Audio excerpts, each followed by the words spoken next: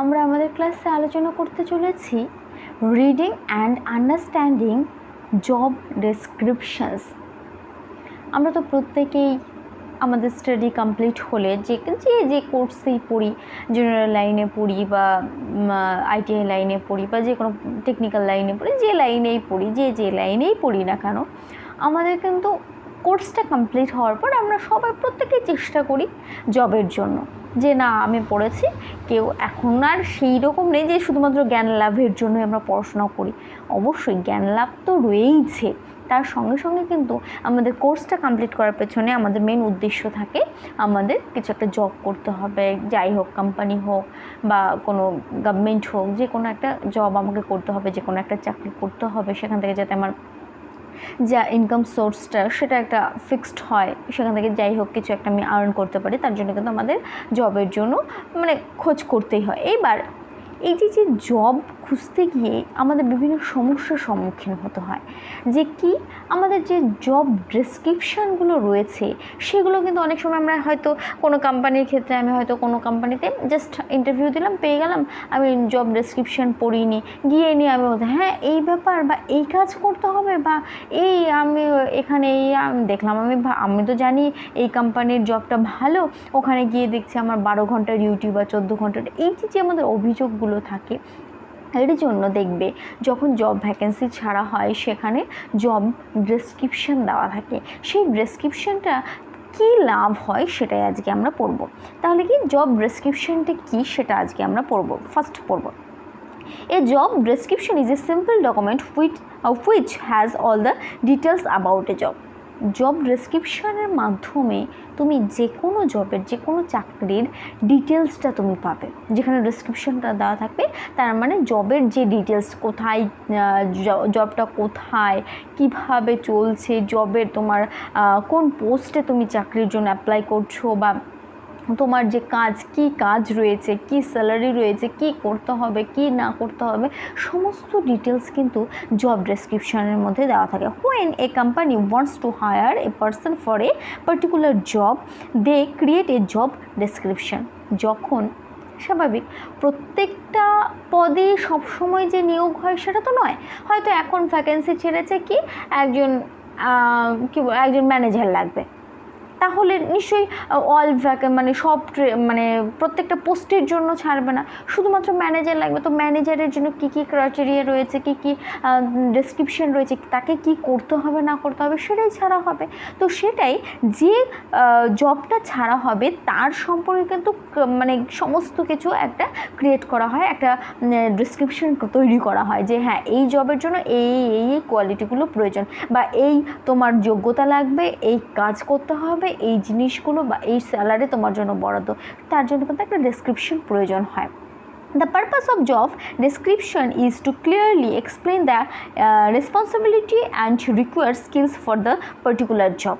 অবশ্যই একটা জব যে ডেসক্রিপশন, তার মাধ্যমে কিন্তু আমরা পার্টিকুলার জব সম্পর্কে সমস্ত কিছু জানতে পারি, একদম ক্লিয়ার তৈরি হয়। সেই জবটা সম্পর্কে আমাদের আর কোনো দ্বিধাদ্বন্দ্ব থাকে না, কোনো কোশ্চেন থাকে না যদি জব ডেসক্রিপশনটা আমরা পড়তে পারি। এই job description ensure that the right people apply for the job. যখন জব ডেসক্রিপশনটার মাধ্যমে কিন্তু সঠিক স্টুডেন্ট বা ক্যান্ডিডেটসরা কিন্তু অ্যাপ্লাই করতে পারে।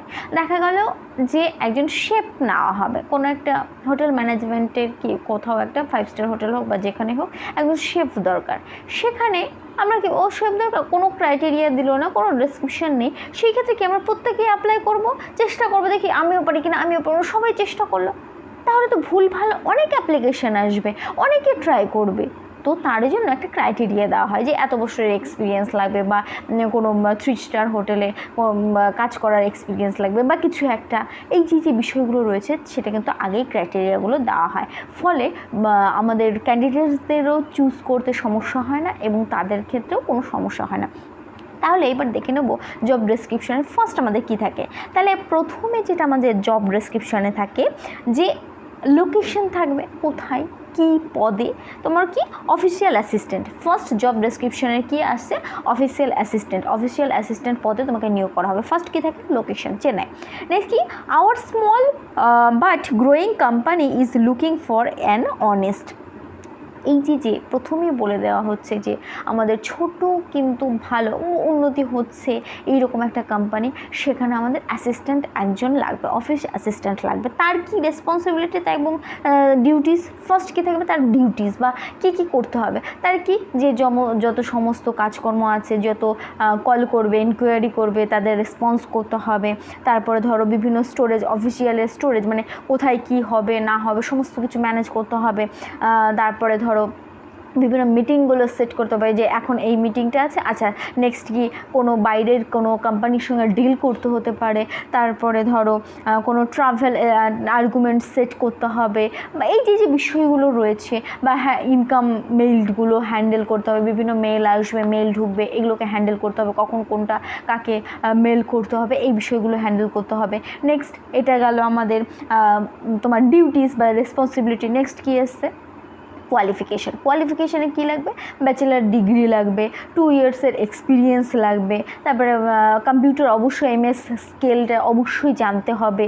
এই যে বিষয়গুলো রয়েছে, কমিউনিকেশান স্কিলটা তোমার স্ট্রং হতে হবে, গুড কমিউনিকেশান স্কিল রাখতে হবে। কারণ একটা লোক তোমাকে যখন ইনকোয়ারির জন্য ফোন করা হবে যে আচ্ছা এই কোম্পানি থেকে এই ব্যাপার বা ওই ব্যাপার, তখন তুমি যদি ভালোভাবে সঠিকভাবে তাদের সঙ্গে সুন্দর করে কথা না বলতে পারো, তারা কিন্তু কথা শুনবে না।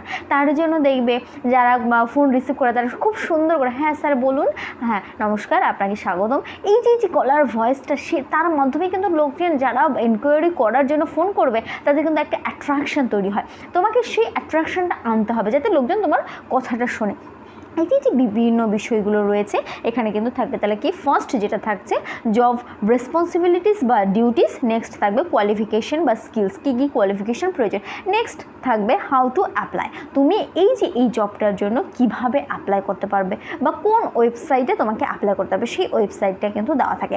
এইভাবে আমাদের জব ডেসক্রিপশনগুলো দেওয়া থাকে, তাতে প্রত্যেকেরই সুবিধা, আমরা ক্যান্ডিডেট হিসেবে আমাদেরও সুবিধা, যারা জব সার্কুলার দিয়ে থাকে তাদেরও সুবিধা। তো আশা করি প্রত্যেকের আমাদের আর কোনো সমস্যা হবে না। আমরা প্রত্যেকেই চেষ্টা করবো এই জব ডেসক্রিপশনটা আগে মেনটেন করে দেখার, তারপর নেক্সট কোনো সিদ্ধান্ত নেওয়ার। তো আজকের ক্লাস এইটুকু, পরবর্তীতে অন্য কোনো টপিক নিয়ে বা এই যেটা আছে সেটা নিয়ে আমরা আলোচনা করব।